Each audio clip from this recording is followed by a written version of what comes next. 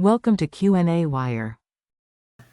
In problem 36, we have that a lensmaker wants to make a magnifying glass with an object that has a lens that has an index of refraction of 1.55 and the radius of curvature, R1 and R2, are to have the same magnitude.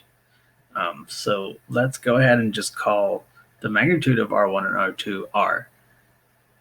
And to solve this, we'll use the lensmaker's equation, which is equation 19. And we have 1 over the focal length is equal to the index of refraction minus 1. And that is multiplied through 1 over R1 minus 1 over R2. And so all the magnifying glasses I have seen are converging. So if we have like converging lens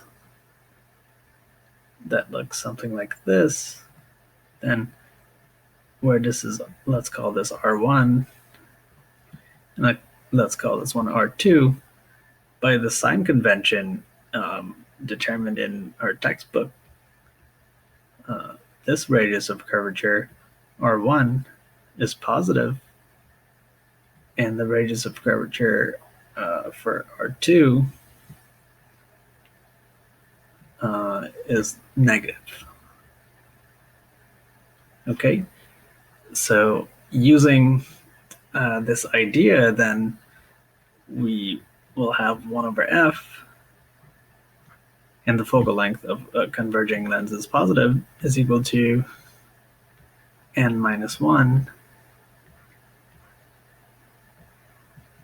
over R1, and R1 would now be positive R, minus 1 over R2, where R2 is negative R. Okay, so now our equation becomes n minus 1 multiplied by 2 over R. So that's 1 over f. All right. And I believe I left out an important detail in this question. We're also given the focal length, which is equal to 20 centimeters.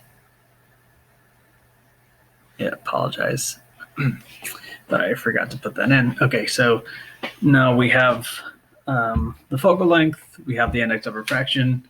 It's just a matter of doing a little bit of rearranging so that we can solve for R. So we can readily do this if we multiply the side here, multiply the side by f, the left and right sides both by f, and then multiply both sides also by r. And if I do that, and then I have r on this side is equal to n minus 1 times 2f.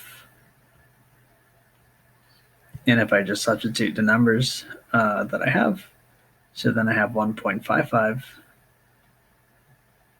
minus 1 times 2 times 20 centimeters, which gives me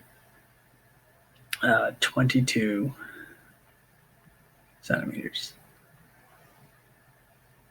And so this is the radius of curvature, or the magnitude of the radius of curvature for both of these R1 and R2.